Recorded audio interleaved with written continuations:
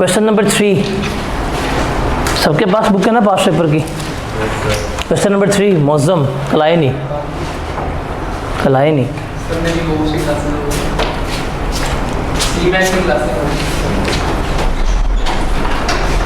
कदर क्या पता, हमने असेसमेंट की थी। क्वेश्चन नंबर 3 का सीधा सोल्यूशन पे पहुंच जाए, डायरेक्ट स्टार्ट ही करें सोल्यूशन देख के। सोल्यूशंस गलत हैं। पेज नंबर आपका 259, पासवर्ड की बुक सबके पास है ना? कोई ऐसा जिसके पास पासवर्ड की बुक ना हो?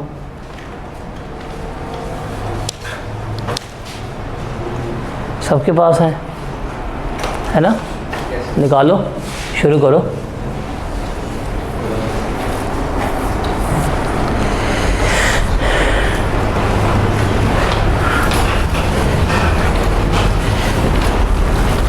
ये 18% सेल्स टैक्स लेना, 17 नहीं लेना, रेट चेंज हो गया था, याद रखिएगा।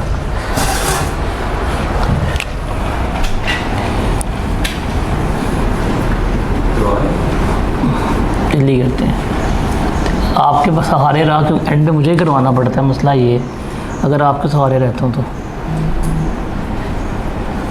मिस्टर अब्दुल गफ्फार, और टैक्स मंथ कौन सा है हमारा? अगस्त। टैक्स पीरियड अगस्त कौन सा है? 23। ये हमारे पास आ गया। कैलकुलेशंस की रिक्वायरमेंट क्या है? Sales tax payable, input tax carry forward, ये हमने कैलकुलेट करना है। तो रिक्वायरमेंट में हम सबसे पहले लिख लेंगे यहाँ पे इसके सेल्स टैक्स क्रेडिट्स, और ये कौन से होते हैं हमारे? इनपुट टैक्स 3 कॉलम आते हैं, वैल्यू, रेट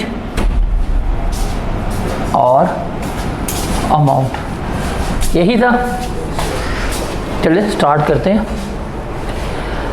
इसमें सिर्फ आते हैं परचेजेस। उसने देखें लोकल परचेजेस की रॉ मटेरियल की 8,000 रुपये की, 8 मिलियन की, और इम्पोर्ट उसकी हुई है 17 मिलियन की। तो रुपीज़ इन 1000 है, आप इसको रुपीज़ इन 1000 में लेके जा सकते हैं। अगर आप लिखेंगे रुपीज़ इन 1000 तो आप मेंशन करेंगे कि ये है जी आपका रुपीज़ इन 1000, ये मेंशन करने पड़ेगा। अच्छा, इससे परचेजेस कितने की हैं? 8,000 की। तो हम यहाँ पे ले लेंगे लोकल परचेजेस 8,000, रेट कितने? 18%। इंपोर्ट की है इसने, इंपोर्ट है 17,000 की, और हमने कहा था इस इंपोर्ट की वैल्यू में कस्टम ड्यूटी शामिल है। कस्टम हम क्या करते हैं, हमेशा इंक्लूसिव करते हैं। अगर वो कहता कि इसमें कस्टम शामिल नहीं है तो हम कस्टम बीच में ऐड करके फिर यहाँ वैल्यू लिख रहे होते। इसके ऊपर पे कितना आ जाएगा? 18%। बताएं कितना टैक्स बनता है इनपुट? 1,440। किसका? अब पहले का बता कितना बनता है? 144। दूसरे का बताओ? 3060। कॉमन इनपुट टैक्स कितना आया? 4500। डन। अगर किसी का मैच तो नहीं किया? तलहा भाई कैसे हैं? टेंशन पूरी हो गई? सवाल हो गया था ईपीएस का? खबरदार, सबको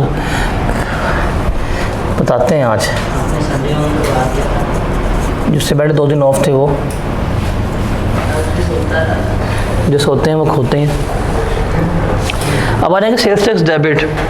इसमें मैन्युफैक्चर्ड गुड्स हैं, लोकल टैक्सेबल गुड्स बेच रहा है, लोकल एग्जाम गुड्स बेच रहा है, और एक्सपोर्ट्स कर रहा है। तो हम यहाँ पे लिख लेंगे, पहले यहाँ पे आ जाएंगे टैक्सेबल गुड्स कितनी है? 22,000 की लिख लेंगे। 18% कितना बनता है? 3960। उसके बाद हमारे पास क्या आ जाएगा? एग्जाम्ड गुड्स हैं। कितने की हैं? 3,000 की? 3,000 नहीं, 3 मिलियन के ऊपर वो लिखा हुआ है। आउटपुट टैक्स कितना आएगा? कुछ भी नहीं आएगा। ले और अंदा यार, तो ज़ीरो की तूने बोला है, तूने ज़ीरो क्यों बोला है? ये वाजिबुल कत्ल है कि नहीं? मतलब इसका साथ छोड़ दो, इधर रखने नीचे। इसने भी उसे ज़ीरो ही कहा था। देखा जाए तो ज़ीरो ही है ना, मतलब है ही कुछ भी नहीं है। ज़ीरो है वो तो रिफंड हो सकते हैं। ज़ीरो का मतलब है रिफंड। सॉरी पता है वो है। इसके बाद एक्सपोर्ट्स है। एक्सपोर्ट्स कितने की हैं? रेट, अमाउंट, अब ये भी हो गया। अब हमारी बारी है, हमने सेल्स टैक्स पेएबल या रिफंडेबल कैलकुलेट करना है ना। तो यहाँ मेरे पास आ जाएगा आउटपुट टैक्स, वो हमने यहाँ पे निकाला है, दैट वाज 3960। कोई सेल्स रिटर्न है? नहीं है। इसमें से हमने लेस करवाना है अपना इनपुट टैक्स।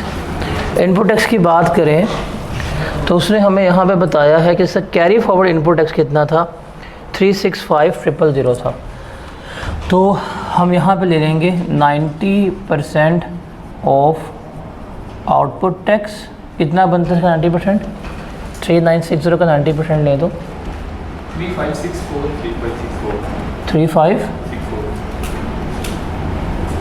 3564 और लेंगे एक्चुअल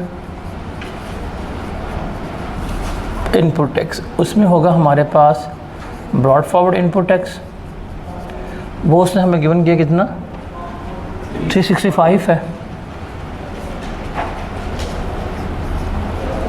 और इसमें ऐड करेंगे इनपुट टैक्स फॉर मंथ। इसके लिए हम वर्किंग बनाएंगे।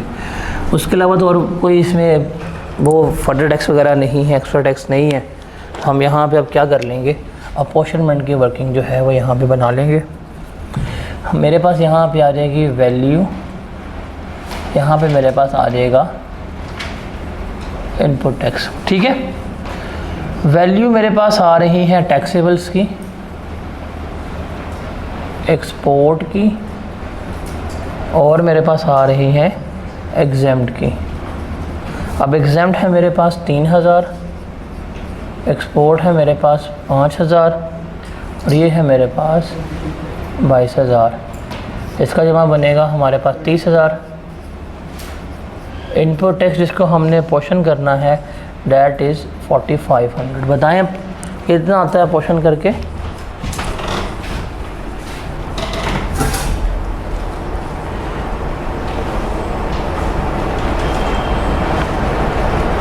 टेक्निकल का था 290 को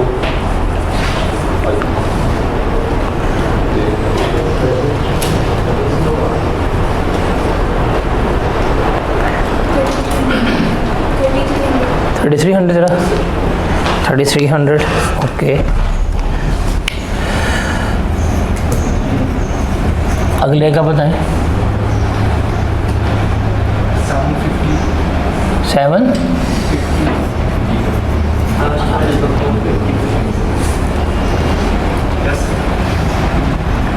अब यहाँ पे हम कर लेंगे 3,300 यहाँ पे ऐड हो जाएगा। जमा करें कितना बनते हैं? 3,665। ये एक्चुअल इनपुट टैक्स है, ये 90% है। लोअर कौन से 90% है? हम क्या क्लेम करेंगे? 3, 5, 6, 4। सेल्स टैक्स पेएबल कितना आ जाएगा?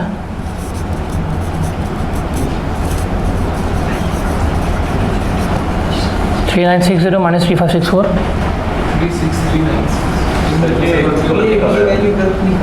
कौन सी वाली? 3,665 भाई डब्बा चेंज कर ले ट्रेन का। सही है।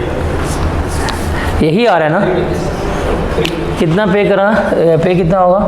396 जो है ये पे होगा। और रिफ़ंड कितना आएगा? रिफ़ंड आएगा हमारा 750 जो है डैट इज़ रिफंडेबल। ठीक है। ये तो हालांकि अभी मैं करवा रहा हूँ तो ये गलतियाँ हो रही हैं। ये दिया होता आप लोगों को करने के लिए, क्या होना था? क्यों मैं तलहा? चलिए जी, थोड़ा सा अब मुश्किल सवाल आएगा आपके पास, तो आपने घबराना नहीं है। रीडेबल है?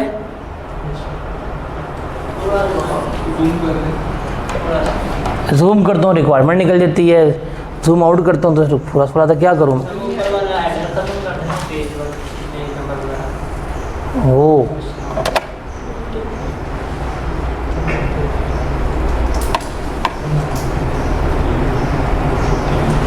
अब रीडेबल है।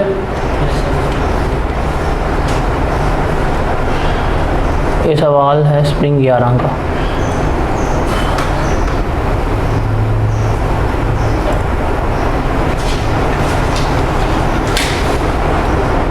ये लें जी, इस क्वेश्चन के पहले नोट डाउन कर लें। आपके पास 7 मिनट हैं इस सवाल को तफसीलन रीड करना है। करूँगा मैं, करवाएंगे आप। मारूफ इंजीनियरिंग लिमिटेड।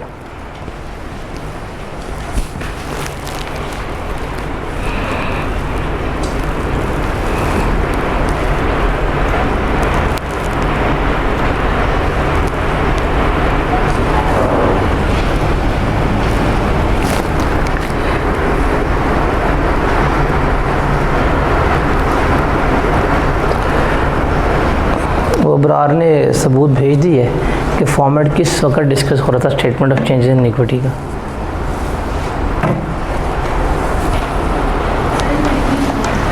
उसने इस वक्त क्लास की वीडियो ऑन करके रिकॉर्डिंग की पड़ी हुई है। उसने रिकॉर्डिंग पे जाकर सबूत दे दिया कि फॉर्मेट डिस्कस हो रहा है कि नहीं हो रहा। हुआ कि नहीं हुआ? हाँ, फॉर्मेट डिस्कस हुआ होगा। बस कितने गवाहियाँ चाहिए हमारे पास? एविडेंस। आपने ना जब करवाई थी ना, आपने ये 2 क्वेश्चन फिर से कर दिए और वो मैंने किए भी थे बट मुझसे नहीं हुए थे। और मैंने आपसे नेक्स्ट से पूछा कि सर ये कैसे करें, आपने डिटेल में डिस्कस करने के बाद और उसके बाद हमने EPS चलते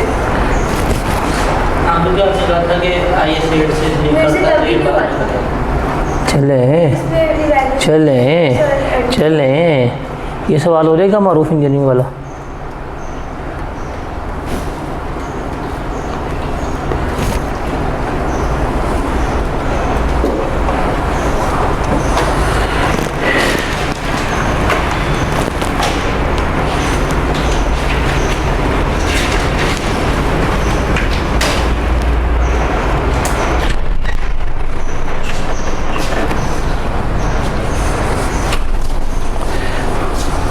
उस्ताद वीडियो पॉज कर ले।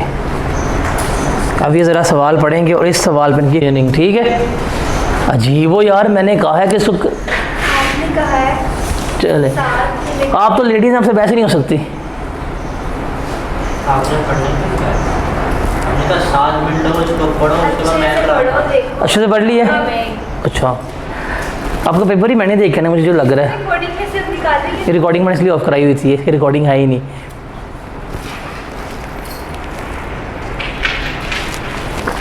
चेक करें, जो चीज़ रिकॉर्डिंग में है वो माननी नहीं है, जो नहीं है वो मनवानी है। पढ़ लिया? समझ आ गई है?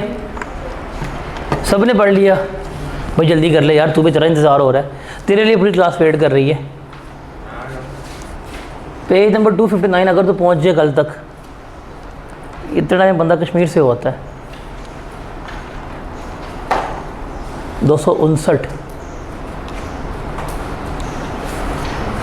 हैदर मेरा भाई कैसा है?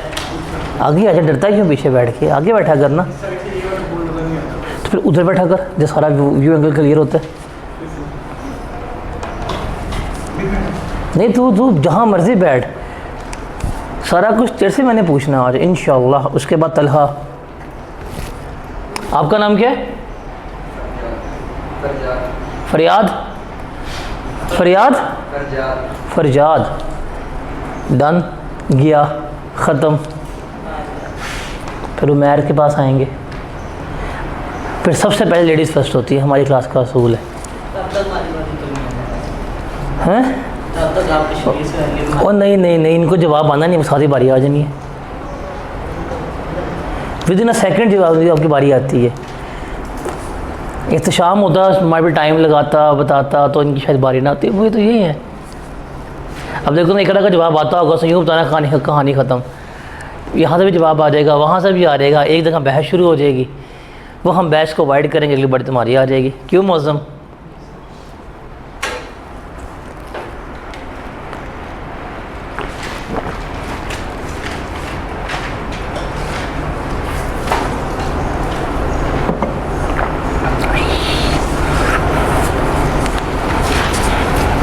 करें शुरू?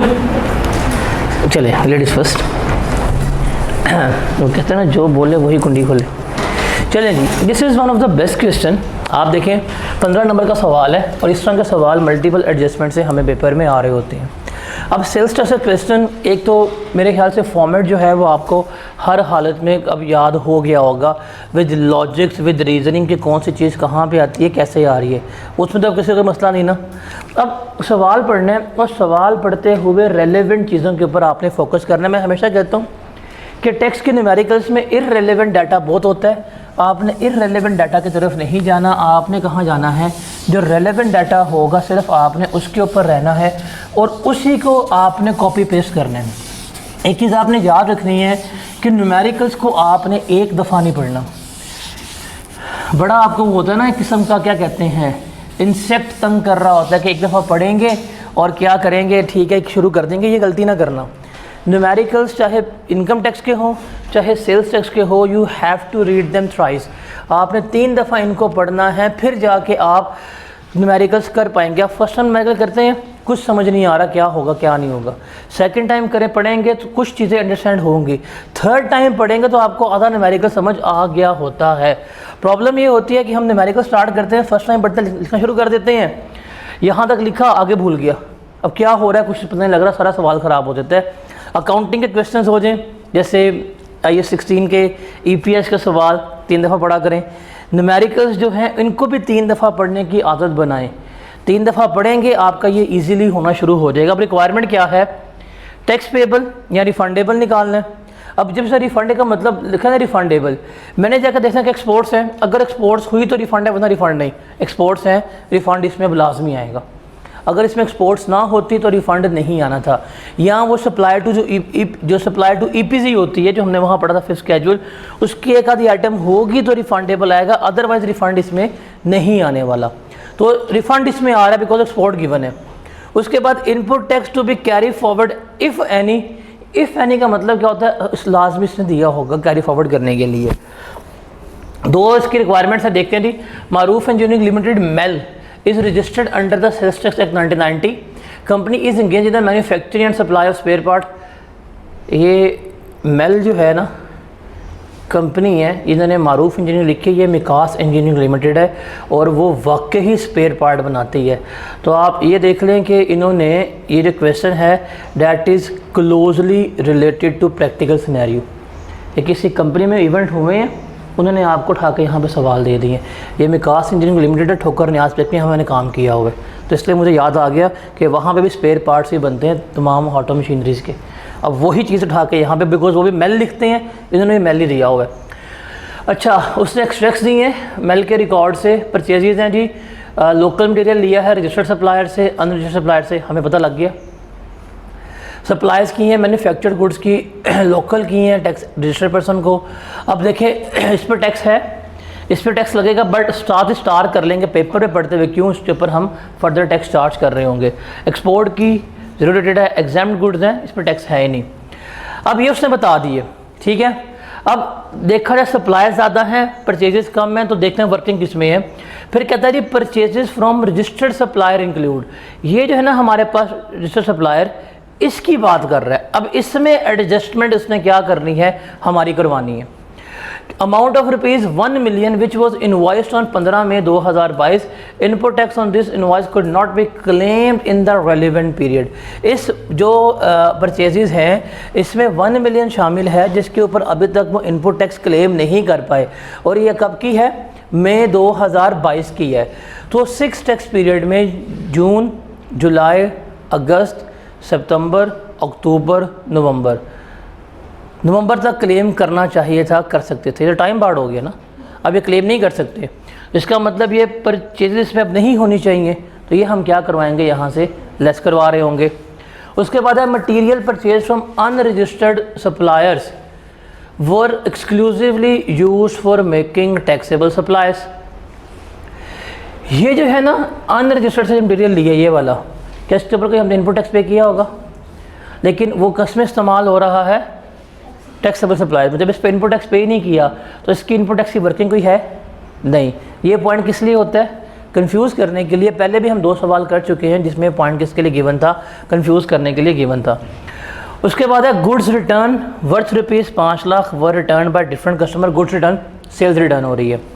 Proper debit and credit note were raised within the specified period. सब कुछ सही हुआ है। तो सेल्स रिटर्न कहाँ शो होती है? फेस पे शो होती है। परचेज रिटर्न कहाँ होती है? वर्किंग में शो हो रही होती है। न्यू मशीनरी हुई है, 2.4 मिलियन की परचेज़ की है और उसी मंथ में इस्तेमाल हो गई है।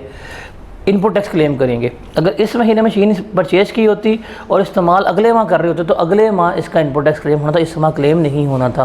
बिकॉज पुटिंग इनटू यूज़ पे अब होती है मशीन, तब इनपुट टैक्स हम क्लेम कर रहे होते हैं।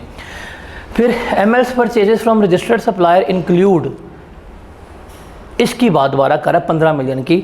कहाँ पे? पॉइंट नंबर 5 में।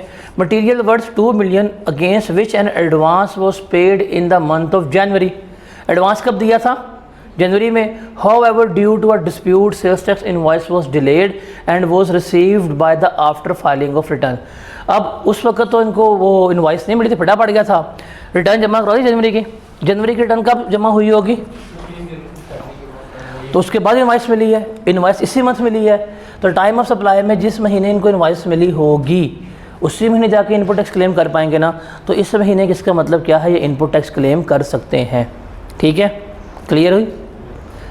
उसके बाद है पार्ट्स जो हैं वो सीईओ को डिलीवर किए हैं पर्सनल यूज़ के लिए फ्री ऑफ कॉस्ट। सप्लाई है, टैक्सेबल है, टैक्स चार्ज होगा। सेल्स टैक्स क्रेडिट था ब्रॉड फॉरवर्ड 50,000 का प्रीवियस मंथ का, क्या करेंगे? ले आएंगे।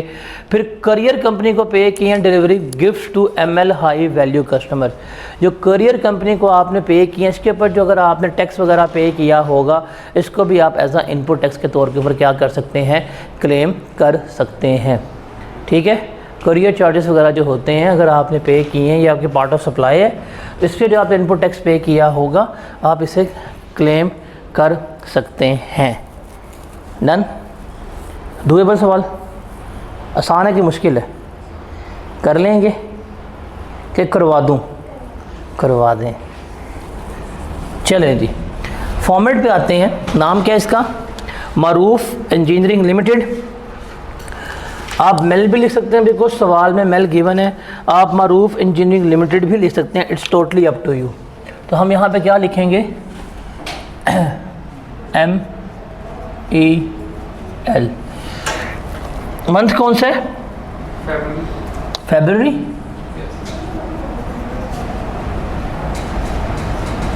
2023 रिक्वायरमेंट क्या है?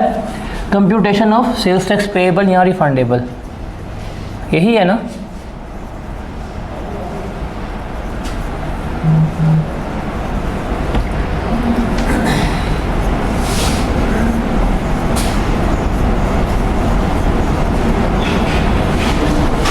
अब सवाल को 3 दफ़ा पढ़ा होगा ना आपने, तो आपको पता है इसमें से इनपुट की एडजस्टमेंट कौन सी है, आउटपुट की कौन सी है। आज उसको पेपर के ऊपर मार्क कर लें, एग्जामिनर कुछ नहीं कहता। आप मार्क कर लें कि सर मेरी आदत यही है, हमने इस तरह ही क्या करना होता है, इसको लेके चलना होता है। ठीक है, तो ऊपर एग्ज़ाम पे लिखें अपना रोल नंबर क्वेश्चन पेपर के ऊपर। आप अपने पेपर के ऊपर हाईलाइट कर लें चीज़ें को, हाइलाइटर लेके जैसे ले जाएं हाइलाइटर को, और हाँ वो कुछ नहीं कहेगा, कुछ कहेगा सर मेरी आदत यही है मैंने मार्क करना होता है। आप इस न्यूमेरिकल्स में चीज़ों को मार्क करेंगे, आप इनपुट आउटपुट टैक्स की जो जो एडजस्टमेंट है वो पहले पेपर पर लिख लेंगे ताकि आपको बाद में पढ़ते हो ना चीज़ों को ढूंढना ना पड़े। अब जैसे हमने यहाँ पर आइडेंटिफाई कर लिया, चीज़ों को ढूंढना नहीं पड़ेगा हमें। अब सेल्स टैक्स पेबल या रिफंडेबल निकालना है तो हम सबसे पहले क्या लेंगे, सेल्स टैक्स क्रेडिट्स लेंगे। तो हमारे पास आ जाएगा जी सेल्स टैक्स क्रेडिट्स। ये है हमारे पास इनपुट टैक्स। यहाँ पे वही हमारे पास 3 कॉलम है, वैल्यू, रेट और यार बड़ा बना दिए, वैल्यू, रेट और अमाउंट या टैक्स। अब देखिए इसमें इनपुट टैक्स जो है उसमें हमने वर्किंग करनी है और जो जो उसकी एडजस्टमेंट है वो हमने साथ करनी है। अब देखिए उसने लिया है सबसे पहले, अगर यहाँ पर रिक्वायरमेंट में लिखा हो शो डिसअलाउड एग्जाम्पशन, अगर ये लिखा होगा ना तो हम डिसअलाउड चीज़ें भी यहाँ पे मेंशन करेंगे। अब पर बात करते हैं सबसे पहले परचेजेस फ्रॉम रजिस्टर्ड सप्लायर की। परचेजेस फ्रॉम रजिस्टर्ड सप्लायर्स कितने की हमने की हैं, 15 मिलियन की। बताओ क्या इसमें वर्किंग वगैरह, इसमें एडजस्टमेंट वगैरह है? अब इसकी 2 अप्रोचेज़ हैं, मैं आपको दोनों बताता हूँ, दोनों वे से कर सकते हैं। पहला तो ये है कि ये हमने लिखा परचेजेस फ्रॉम रजिस्टर्ड सप्लायर, इसके ऊपर रेट लगाया, कितना टैक्स बनेगा बताएं ज़रा हमारा, 18 लाख 27 लाख।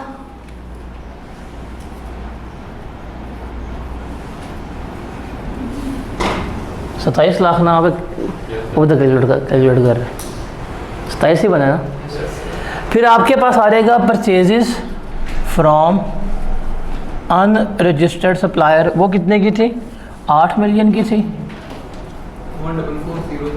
अबे अनरजिस्टर्ड है, शर्म कर, कुछ कोई टैक्स नहीं दिया होगा, लेकिन लिखना क्यों है, बिकॉज क्या हुआ तुझे, सीमेंट याद आ रहा है।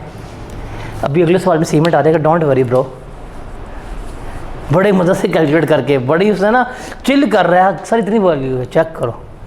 अब आ गया, अब हम आते हैं एडजस्टमेंट्स के ऊपर। अब देखें जो एडजस्टमेंट्स हैं उसको हमने यहाँ पे क्लेम करना है। पहला है नंबर 1 कि देखिए उसे क्या, परचेजेस कितने की थी हमारी, 1 मिलियन की थी, जिसकी इनवॉइस 15 मई को थी, अब तक क्लेम नहीं कर पाए, टाइम बार्ड भी हो गया, तो ये लेस करनी चाहिए, इसमें शामिल है। तो हम क्या करेंगे, इसको लेस करवा देंगे। ये है input tax time barred, format में लिखा हुआ है, 1 मिलियन है ना, 18% के साथ कितना बनेगा, 1,80,000। उसके बाद है मटीरियल वर्थ, ये भी इसमें नहीं आएगा। सेल्स रिटर्न है, न्यू मशीनरी परचेज़ की, वो भी इसमें नहीं आएगी। पॉइंट नंबर 5 जो है वो इससे सिचुएटेड है, सही है। मैं MELs purchases from registered supplier include worth ₹2 million against which an advance was paid in January. अब जनवरी में एडवांस पे करके आए थे, हमें पता है एडवांस का तो कोई ट्रीटमेंट नहीं होता जब हमने एडवांस पे किया होता है, लेकिन इनवॉइस हमें कब मिली है, रिटर्न फाइल करने के बाद। इसका मतलब इनवॉइस हमें तब मिली है, इनवॉइस भी हमारे पास है, गुड्स भी हमारे पास आ गई हैं, इसी माह ट्रेड करना चाहिए था, इस माह तो ट्रेड करें, इसका मतलब इसको हम अब कुछ नहीं करेंगे, ये पॉइंट हमारा इग्नोर हो जाएगा। यही था, और कोई इसमें एडजस्टमेंट्स हैं नहीं है ना इनपुट टैक्स की। तो बताएं कितना बनता है इनपुट टैक्स आपका, 27 लाख में से 1,80,000 निकाल लो, कितना बनता है, 25,20,000 आपका इनपुट टैक्स बनता है। Is that clear?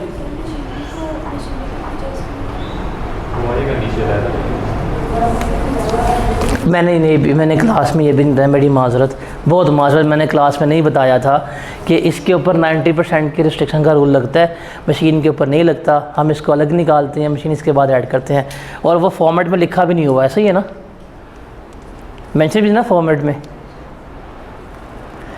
एक इसका तरीका ये है कि आप ऐसे कर सकते हैं, दूसरा तरीका है कि आप इसको सप्लायर में से यहाँ नेट करवाते, फिर इसको आप लेके चल रहे होते, दोनों तरीके से आप इससे कर सकते हैं। इनपुट टैक्स आ गया जो इजी लगे, ये है हमारा कॉमन नहीं, कोरियर कितना पे किया? 20,000। इसे इग्नोर करें, कोरियर सर्विसेज मैंने इसे इग्नोर करें, हम इसको भी नहीं कर रहे हैं। यहाँ पे बताऊँगा कोरियर को इग्नोर क्यों किया है, इसको भी इग्नोर करें, कोरियर टैक्स हम इग्नोर कर रहे हैं। कॉमन इनपुट टैक्स हमारा कितना आया? 25,20,000 आया। उसके बाद हम ऐड करेंगे input tax on machine. Machine कितने की ली थी? 24 लाख की। 24 लाख के ऊपर 18% के हिसाब से कितना जीएसटी पे किया होगा? 360, 4,32,000, 4,32,000 जो है वो मशीन का इनपुट टैक्स आ रहा होगा। ठीक है, समझ आ गई क्यों हमने इसको अलग किया मशीन को? 90% वाले बिकॉज इसके ऊपर 90% की रिस्ट्रिक्शन नहीं है, इसके ऊपर है अपोर्शनमेंट करते हुए आसान होगा। वाई कैप के सोल्यूशंस में क्या किया होता है, उसने ये इधर ऐड किया होता है पहले, ठीक है, फिर जाके बाद में लेस करता है, फिर जाके अपोर्शनमेंट करवा रहा होता है। तो ऐड करके लेस करना तो फिर ऐड क्यों करें, इसी लेके चले ना कहानी को। तो आगे सेल्स टैक्स क्रेडिट्स। अब हम यहाँ पे बात करते हैं सेल्स टैक्स डेबिट्स की। ये है हमारे पास आउटपुट टैक्स। आ जाए जी, हमारे पास सबसे पहले आ रहा है taxable supplies to registered person. ऊपर वैल्यू रेट अमाउंट लिखा हुआ है, मैं इस पेज पे कर रहा हूँ, आप पेपर में अगले पेज पे कर रहे होंगे, तीनों लेके चल रहे होंगे कॉलम जो भी है, लेकिन आप वैल्यू रेट और अमाउंट लिखेंगे जब आप आउटपुट टैक्स भी निकाल रहे हैं।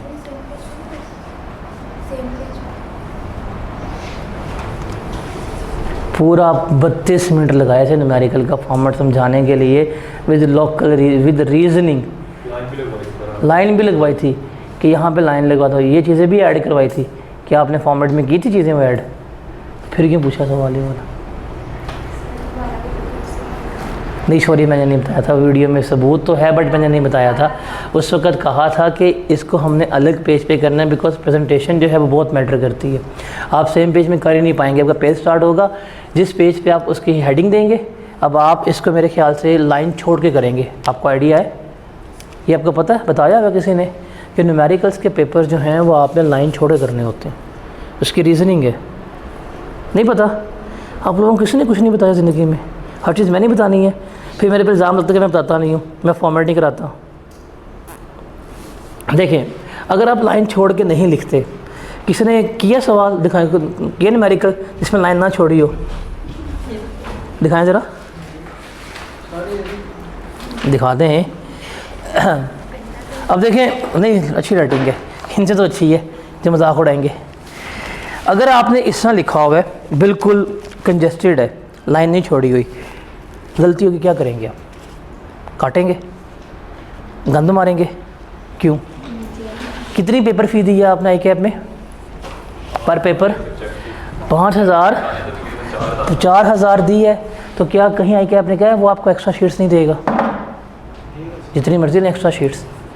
आपने क्या करना है, जब भी न्यूमेरिकल्स करेंगे, यहाँ पे हो जाए, अकाउंटिंग में हो जाए, आपने लाइन छोड़ कर लिखना है। मैं देखिए, आप शायद फोकस नहीं कर पा रहे, मैंने बोर्ड में भी स्पेसिंग दी हुई है, हालांकि मेरे पास रीज़न होती है, मैं मिटा सकता हूँ। जस्ट एक एग्जांपल, आपका पेपर में गलत हो गया, आपने लाइन छोड़ी हुई है, आप इसे क्या करेंगे, आप इसको ये कट करेंगे ऐसे ही, इसके ऊपर भी जगह खाली है एक लाइन, इसके नीचे भी खाली है, आप वो लिख देंगे, आपका पूरा सवाल जो है वो आपका ख़राब नहीं होगा कभी भी। तो कटिंग वगैरह इस तरह से डिसअलाउ होती है, लेकिन इस तरह से कटिंग कभी या खुदा ना खास्ता हो जाए तो आपके पास मार्जिन है, इससे यहाँ भी एक लाइन मौजूद है, नीचे भी एक लाइन मौजूद है, आप रेक्टिफाई करके यहाँ भी लिख सकते हैं, यहाँ भी लिख सकते हैं। कटिंग की लिखा फिर गलत हो गया, यहाँ लिख दो, तो मतलब यहाँ पे आपके पास रूम है और इससे प्रेजेंटेशन कोई ख़राब नहीं होती, एक्सेप्टेबल है। कितने पैसे दिए हैं? ऑन एवरेज 4,000 दिए। आपको एक्स्ट्रा शीट्स मिलेंगी, आप लगाएं जितनी मर्ज़ी, बट जितना अच्छा प्रेजेंट करेंगे उतना आपके लिए ईजी होगा। अगर आपका यहाँ पे एक चीज़ भी गलत हो जाए, आप क्या करेंगे, एंड पे सवाल में एक ये कट लगेगा, एक ये लगेगा, बिकॉज सवाल मैनेज नहीं हो रहा होगा। तो आप लाइन छोड़ के लिखेंगे ताकि आपके पास मार्जिन हो रेक्टिफिकेशन का। रेक्टिफाई हो सकता है। तो जब आप इसको स्टार्ट करेंगे आपका ये लाइन सा छोड़ के आ रहा है, एक लाइन छोड़ के ये लिखा लाइन छोड़ के आपका पेज ख़त्म हो गया होगा। पेज के एंड पे ना इतनी जगह बचेगी 2-3 लाइनों को, इस पर लिखना है आपने ये, तो इसको बेहतर है कहाँ लिखे जाके अगले पेज पे लिखना होता है। मेरे पास बहुत बड़ा बोर्ड है इसलिए मैं यहाँ लिख रहा हूँ। उसके बाद है हमारे पास supplies, local supplies to registered person. Local supplies registered person को हमने कितनी की है, 10 मिलियन की। फिर हमने की है अनरजिस्टर्ड पर्सन को 3 मिलियन की। अब पेपर में जहाँ पे भी आएगा ना वर्ड अनरजिस्टर्ड का, आपने क्या करना है, आपने इसको स्टार कर देना। कितनी की है उसने, 3 मिलियन की ना, तो आप यहाँ पे लिख लेंगे 3 मिलियन। उसके बाद आगे हैं एक्सपोर्ट। अब एक्सपोर्ट को छोड़ें बिकॉज जो और सप्लाईज हैं वो लिखें बीच में, और जो सीईओ को उसने डिलीवरी की है 15,000 की, वो भी इसका पार्ट बनेगा ना, तो सीईओ का जो आ रहा है वो भी लिख लें, 15,000 की है, वो भी इसमें आप लिख लेंगे। अब ये सारी 18% के ऊपर चार्ज हो रही हैं, तो बताएं इसका 18% कितना बनेगा, इसका 18% और इसका 18, इसका कितना बनेगा, 1.8 मिलियन का जीएसटी इन्होंने इनसे लिया, 540 का जीएसटी इससे लिया, और जो ऑफिस सीईओ को फ्री में दी है, सीईओ को क्या नाम था, कितना बनेगा सीईओ से, 15,000 नहीं 18, 15,000 2740 2700 का आपने आउटपुट टैक्स इससे लिया होगा। डन, क्योंकि टैक्सेबल सप्लाईज आपकी यही बन रही है सारी। सवाल में देख लें कि वो यही टैक्सेबल है। 18% वाली मशीन भी हमने लिख ली है, सेल्स रिटर्न अभी फेस पे चली जाएगी, यहाँ नहीं आएगी, और क्रेडिट वहाँ पे आएगा। हाँ यही बनता है, कोरियर वाला पॉइंट हमने यहाँ पे इग्नोर की है। तो सारी टैक्सेबल सप्लाईज इसकी ये बनती हैं। आप इसको जमा कर लें तो इसकी टैक्सेबल सप्लाईज कितनी बनेंगी ज़रा बताएं। टैक्सेबल सप्लाईज कितनी बन रही हैं, 10, 13, ये बनेंगी 1301500, और टैक्स कितना बनेगा इसका, 18 और 5 23, 40, 2 3 4 2 700, यही बन रहा है ना इसका, ज़रा देख लेना। ये टैक्सेबल सप्लाईज आ गई। टोटल टैक्सेबल सप्लाईज 13,15,000 की हैं। उसके ऊपर इसका आउटपुट टैक्स कितना बन रहा है, 23,42,700 का बन रहा है। अब आप यहाँ पे लिख लेंगे उसके पास जो एक्सपोर्ट्स हैं 10 मिलियन की, हम वो लिख लेंगे। एक्सपोर्ट्स कितने की हैं, 10 मिलियन की।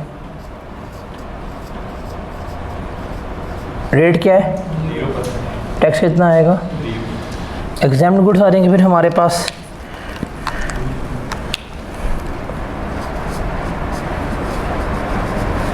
एग्जाम्ड गुड्स कितनी है, 2 मिलियन।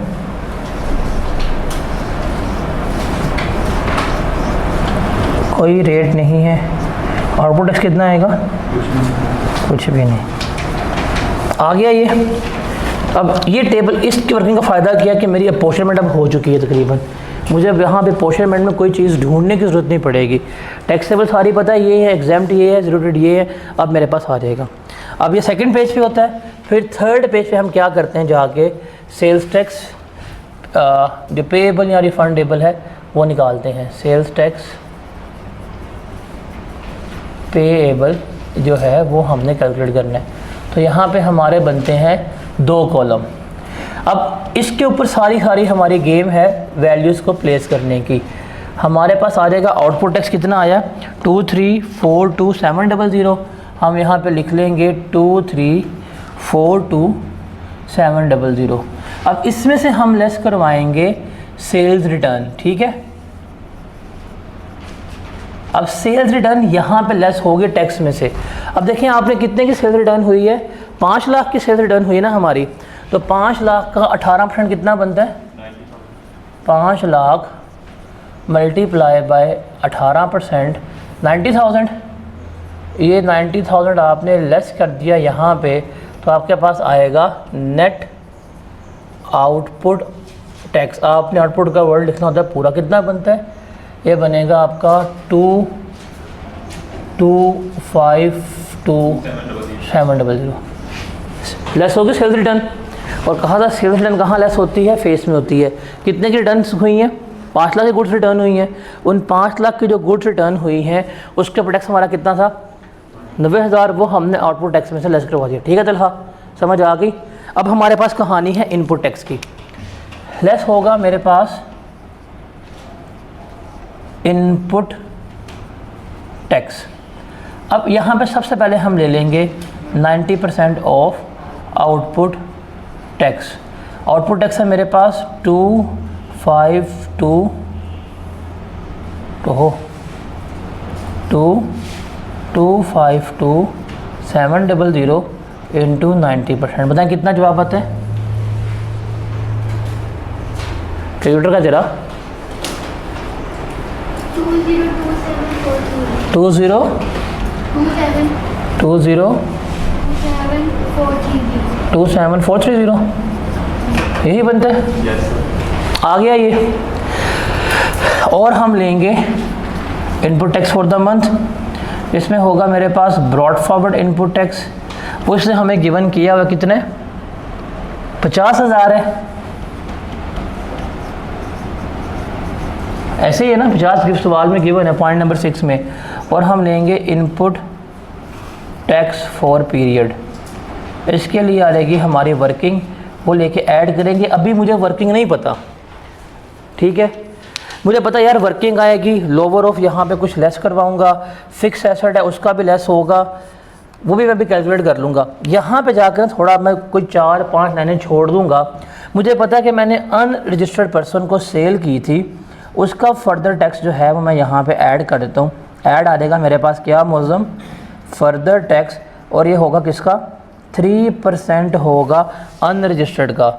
वो हमने कितनी की थी, 3 मिलियन की ना, तो 3 मिलियन का 3% मौजम कितना होगा, 90,000। ये तो हम यहाँ पे लिख लेते हैं। Done, clear. अब सिर्फ क्या रह गया मेरे पास, अपोर्शनमेंट नहीं होती, आती नहीं है, गलत हो गई है, वॉट एवर। इतना कर दिया, कितने नंबर मिल जाएंगे मुझे, 12, 10 से 12 नंबर सिक्योर है मेरे भाई। यहाँ पे उसको सब कुछ करके दे दी है। एक यहाँ पे रह गई है अमाउंट लिखने वाली, और एक यहाँ पे फिक्स एसेट रह गई अमाउंट। आपके ख्याल से क्या आपको मार्क्स मिलते हैं पूरे कैलकुलेशन के, बैलेंस करने के, टैली करने के? नहीं, मार्क्स इसके मिलते हैं हमेशा स्टेप बाय स्टेप मिलते हैं। उससे जितनी एडजस्टमेंट्स कहीं मैंने इनपुट भी कर दी हैं, और यहाँ भी कर दी हैं, यहाँ भी कर दिया। गलती कहाँ पे होती है मोस्टली न्यूमेरिकल्स में, अपोर्शनमेंट में हो रही होती है। अगर अपोर्शनमेंट में गलती हुई है तो सिर्फ किसके मार्क्स कटेंगे, अपोर्शनमेंट के मार्क्स कटेंगे। वो कहाँ पे आनी है, वो यहाँ पे आनी है एक अमाउंट, और एक अमाउंट आनी है फिक्स एसेट की, डेट सेट। बाकी सब कुछ कर लिया, फेस पे लिखा हुआ है। 15 नंबर का सवाल है, 10 नंबर मेरे कन्फर्म इसमें से हो चुके हैं अभी भी। तो ठीक है, अगर फॉर्मेट किसी ने सीख लिया, समझ आ गई, तो उसमें से आप बड़े मिनिमम टाइम में सारे मैक्सिमम मार्क्स से क्या कर सकते हैं, सिक्योर कर सकते हैं। अब पहली वर्किंग करनी है, एक ही वर्किंग कर, वो कौन सी है, अपोर्शनमेंट की है। अब वो भी आसान है, उसके लिए चाहिए सारा कुछ मैंने यहाँ पे लिखा हुआ है। वैल्यू भी आ गई है, इनपुट टैक्स भी आ गया है, मशीन भी आ गई है। इसमें अब गलती के चांसेस तो हो ही नहीं सकते अपोर्शनमेंट की। तो कर लेते हैं यहाँ पे हम वर्किंग कर लेते हैं जी अपोर्शनमेंट की। यहाँ पे आ जाएगी हमारे पास वैल्यू, यहाँ पे आ जाएगा इनपुट टैक्स, यहाँ पे आ जाएगा जी input tax on fix assets. Done.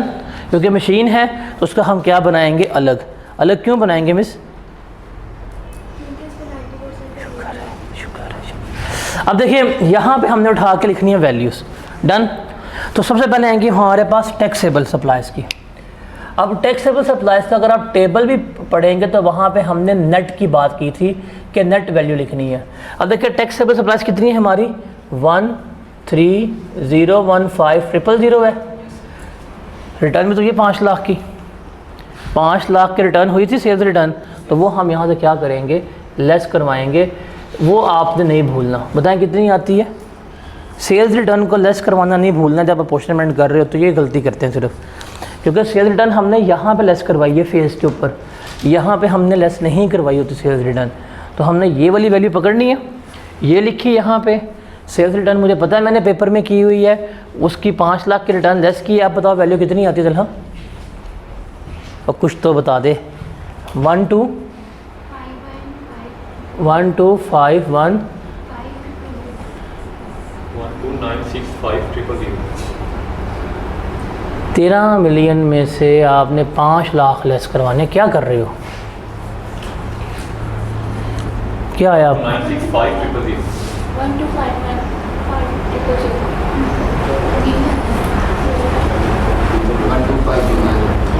भाई तू कहाँ पे कर रहा है? ये 13,15,000 लिखा हुआ है, लिख 13,15,000। 13 मिलियन लाख नहीं, 13 मिलियन। इसमें से तलहा ने भी बता दिया 1251 लेस करवा 5 लाख, क्या जवाब आता है? 50,000 years।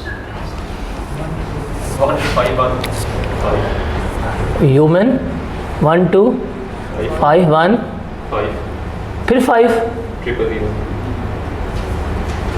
5150। भाई क्या तुझे हो गया, क्यों से चर्च पी के आया हुआ है आज? सही सही तो बता रहा हूँ। 1215 1 2 5 1 5 फिर 000। अजीब नंबर ये आ गया। अब हमारे पास exempt supply exports given, exports कितनी है मेरे पास? एक्सपोर्ट्स में कोई रिटर्न नहीं थी तो वो आ जाएंगी एज इट इज़। हमारे पास कितनी है? 10 मिलियन की है। फिर है मेरे पास एग्जाम्प्ट, ये कितनी है? 2 मिलियन की है। जमा कर लो, इसके अलावा करें यार कोई जमा। फिर इनपुट टैक्स भी हम यहाँ पे लिख लेते हैं। इनपुट टैक्स है मेरा 252,000।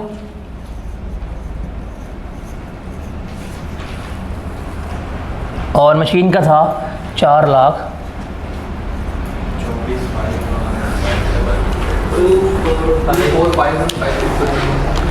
24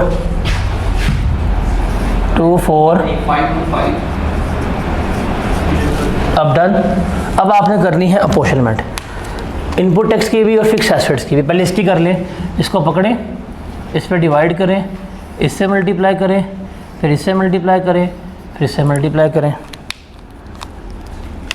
इसको पकड़ें, डिवाइड करें, इससे मल्टीप्लाई, इससे मल्टीप्लाई और इससे मल्टीप्लाई।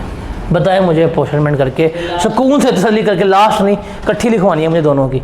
लास्ट सारी कर, लिख टेबल पे, लिख टेबल बना पेपर के ऊपर। ऐसे तो ऐसे वलीमे पे आया हुआ किसी के। जब न्यूमेरिकल्स में हम अक्सर टोटल इनकम निकालते हैं, अगर उसी के थ्रू आगे हमें टैक्स क्रेडिट निकाल रहे होते हैं, उसमें वो वैल्यू यूज होती है टैक्सेबल इनकम। अगर टैक्सेबल इनकम की वैल्यू गलत हो और जो हमने डोनेशन वगैरह का क्रेडिट निकाला, डोनेशन आपने लगाई है किस वैल्यू के ऊपर जो कैलकुलेट की है? अब डोनेशन क्या ठीक लगाई है आपने? अगर वो ठीक बस रूल ठीक लगा है, मतलब 30% और वो सारा कुछ ठीक किया है। अब गलती कहाँ पे थी? वैल्यू में थी ना, तो वो आपको डोनेशन अप्लाई करने के मार्क्स पूरे देगा। इसलिए कहते हैं कि स्टेप्स के मार्क्स होते हैं, बच्चे इसको समझ नहीं पाते।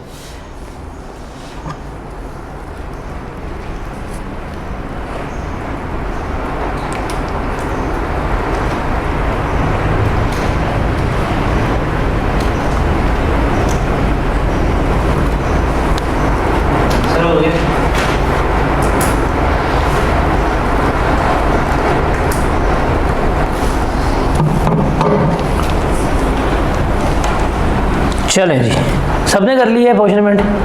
फरजाद था नाम। आ रहा भाई, बता तो पहले हैं कर रहे हो, कल तक हो जाएंगी। चलो यार मैं दुबई से होता हूँ तो इसका सवाल हो जाएगा।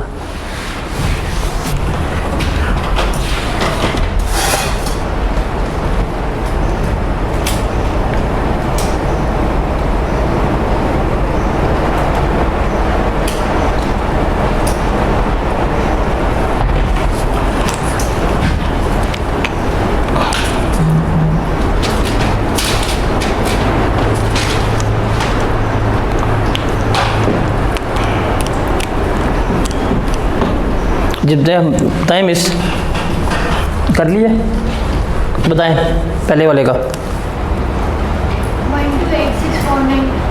1 2 86 अच्छा 1 2 8 6 49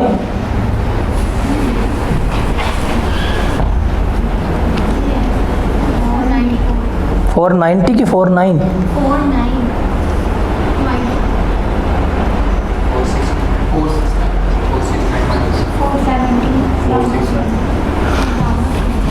1286 470 ये बन रहा है। अगले वाले का बताओ। 1027,942 यही बन रहा है। 1027,942 बाकी ये बन रहा है। इसका बताओ। 20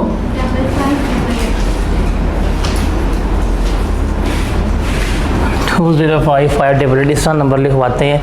हर 3 के बाद एक पोज ले लिया करें। यही बन रहा है बैलेंसिंग फिगर। जी मिस, आपने तो निकाल लिया फिक्स एसेट्स का मशीन का, तो क्या बना होगा मशीन का लिखवाएंगे? गलत है, मशीन का लिखवाना है आपने। आपने कर लिया मशीन का, तो करें ना। कर लिया मशीन का, कर लिया मशीन का, मौसम कर लिया मशीन का इनपुट टैक्स। फिर मिस लिखवाएं पहला 20 गलत है, 4027 तेरा भी गलत है। 220537। अबे क्या मुझे कौन मिली है? कैलकुलेटर पकड़ें। 4,32,000 इसको डिवाइड करें 24 लाख, 2205 मल्टीप्लाई करें, इससे क्या आता है? 22 220,573 220 220,573 573 537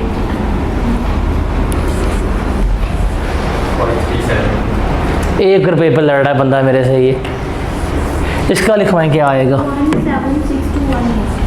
176,218 और ये 4 होगा। 35,244 बनते हैं। बैलेंसिंग अमाउंट आनी थी, 1 रुपये का डिफरेंस आता है वरना।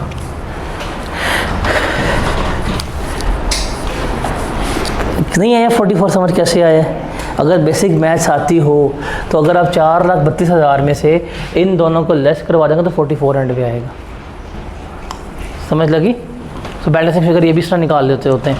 वो जो अगर आपको 2 चीज़ें निकल आई हैं, थर्ड से निकालनी है, तो रेदर देन आप इसको इस पे डिवाइड करें, मल्टीप्लाई फिर निकालें। जब 2 निकाली हुई हैं इसमें से माइनस कर दें। अजीब लोग, बेसिक मैथ्स ही नहीं आती। होगी अपोर्शनमेंट, वैल्यूज़ आ गई।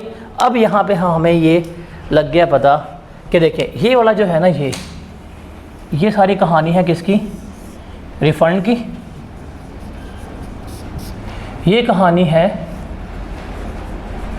क्लेम की और ये कहानी है वेस्ट की। ऐसे ही है। अब यहाँ पे वैल्यूज़ लिखनी है, यहाँ पे प्लेस कर दें। अच्छा कितना आया था इनपुट टैक्स? 1286470। यहाँ पे लिख लेंगे 1286470। जमा करें क्या बनता है इसका? ये बनेगा 1346 1336470 इसके अलावा कोई बताए? 1336470। This one 90%। एक्चुअल कितने? 1336470। लोअर कौन सा है? तो यही क्लेम होगा। ये हम क्या कर लेंगे, यहाँ पर लेस करवा देंगे 1336470। डन।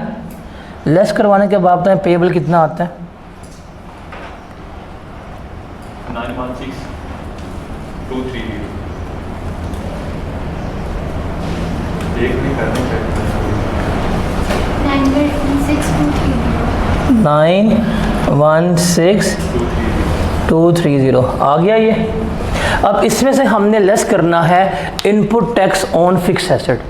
क्यों? बिकॉज फिक्स एसेट पे 90% का रूल नहीं लगता ना, तो 90% का रूल लगाने के बाद अब वो लेस करवाएंगे जिसके ऊपर 90% का रूल नहीं है। तो लेस करवा रहे हैं यहाँ पे हम input tax on fix assets. वो निकाला हुआ वर्किंग का रेफरेंस आप दे सकते हैं, वर्किंग नंबर 1 का रेफरेंस दे दें। वो आया था 220538 220538। लेस करवाएं, क्या अमाउंट आती है बताएं।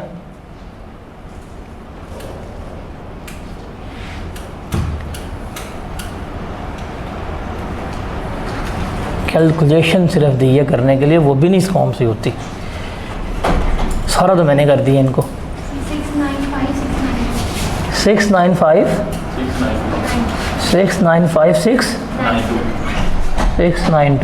ये आया। इसमें ऐड करें फर्दर टैक्स 90,000 का, आपका आ जाएगा सेल्स टैक्स पेएबल कितना है बताएं ज़रा। 785,692। This is your sales tax payable. Done. और रिफंडेबल भी लिखना है हमने, तो हम नीचे लिख देंगे सेल्स टैक्स, नीचे जगह नहीं मेरे पास है इसके साथ लिख रहा हूँ सेल्स टैक्स रिफंडेबल। इनको ऐड कर लें 1027942 प्लस 176,218 जमा करेंगे, आपके पास रिफंडेबल आ जाएगा कितना बनता है। ये आप गवर्नमेंट से पैसे वापस डिमांड कर लेंगे।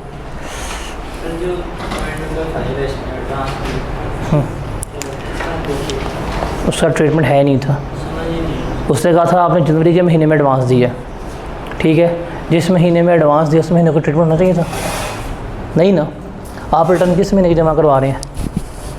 फरवरी के महीने में चीज़ें मिल गई हैं, हमें इनवॉइस भी मिल गई हैं, ऐड है बीच में, इनपुट टैक्स इसी में क्लेम कर रहे हैं तो बीच में ऐड ही है, उसको ना लेस करना कुछ भी नहीं करना, वो पॉइंट वो इग्नोर कर दिया हमने। अब करियर के ऊपर ना 2 डिफरेंट ओपिनियन आते हैं। अगर करियर के टैक्सेस आपने प्रोविंस में पे किए हैं वो क्लेम नहीं हो पाएंगे। अब ये उसने करियर पे किए हैं कि नहीं ये इसको देखना पड़ेगा। अगर आके मैं आपको बताता हूँ रूल, कल मैं आपको रूल बताऊँगा, उसके मुताबिक हम जो करियर वगैरह पे कर रहे होते हैं, जो सर्विसेज टैक्स पे कर रहे होते हैं वो क्लेम हो सकते हैं कि नहीं हो सकते, वो देखेंगे। जो प्रोविंशियल टैक्स होते हैं ना कभी भी वो आप फेडरल से लेस नहीं करवा सकते, ये चीज़ हमने याद रखनी होती है। जो प्रोविंशियल टैक्स होते हैं वो फेडरल से लेस नहीं हो रहे होते। लेकिन अगर आप मेरे से ओपिनियन पूछते तो मैं यहाँ पे करियर का टैक्स ऐड करता, 20,000 का 18% लेता, 3600 रुपया बीच में मैंने ऐड किया होता। बट चूँकि अभी हम इसको थोड़ा सिंपल रखने, इतना कम्प्लेक्स नहीं किया, डेट्स पे हमने इसको इग्नोर कर दिया अभी।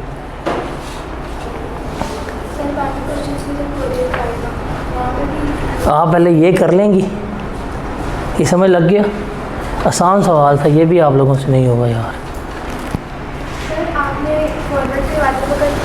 आया था 1.1 मिलियन से अगर ज़्यादा अनरजिस्टर्ड पर्सन को सेल्स की जाए तो 1 मिलियन से क्या 10 मिलियन से? 1 million sales to unregistered person excess of 1 million लिखवाया था। हाँ भाई कितना लिखवाया था? कितना लिखवाया था? बस कितना लिखवाया था? हाँ जी। अब मेरे ख्याल से मुझे फिर जाके क्लास की रिकॉर्डिंग सबूत के तौर पर लानी पड़ेगी। 10 मिलियन से जितनी ज़्यादा होंगी वो एक्सेसिव अमाउंट यहाँ पर डिसअलाउ होती है।